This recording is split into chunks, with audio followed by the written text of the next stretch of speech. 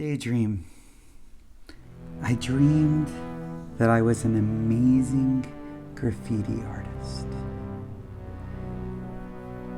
and a prophet, and that I painted a beautiful mural on the side of a shipping container. A beautiful mural that invoked the world that comes next.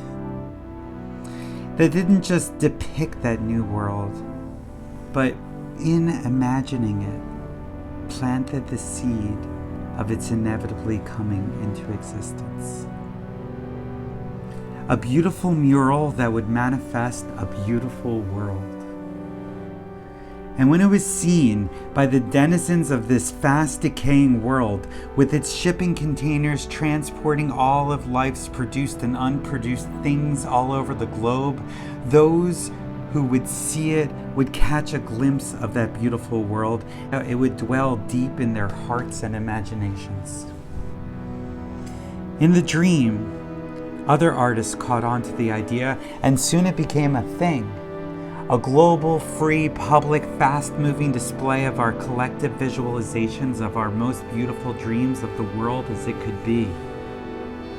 As the shipping containers moved from country to country, this spectacle came to include musings on our next stage as a species from all corners of the world.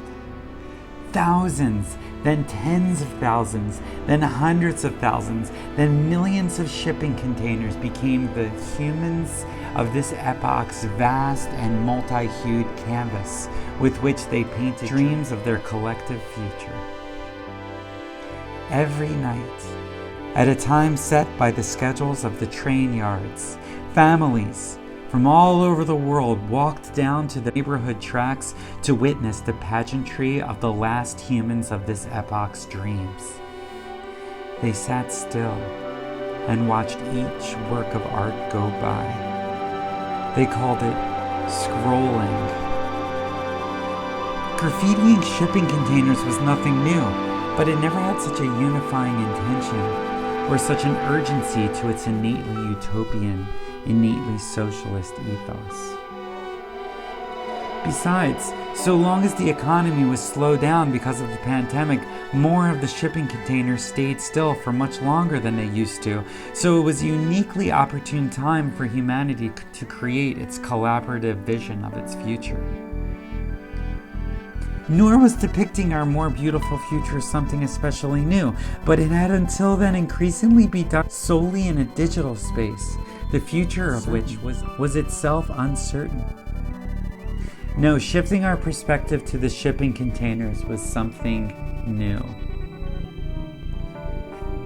Besides, we were going to need them in a new world, not for what we used them for in the old world, shipping trinkets from third world factories to first world warehouses and malls and apartments, but for homes and offices and studios and community kitchens and public theaters and storehouses, for classrooms and treehouse capitol buildings and bridges and dance halls and love.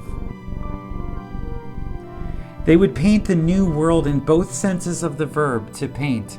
First, they'd be making paintings of the new world, but second, they'd actually be painting its walls. They would be both the artists and visionaries, but also the decorators of the new world. When the citizens of the new world taught about their history, they would do so in part by directing their students' gaze to the great murals of their beautiful world adorning the walls of their homes and castles, with tales of us, the ones who created them, the ones who dreamed of the new world, and through whom it came into being. It wasn't the only effort, but it was a beautiful one.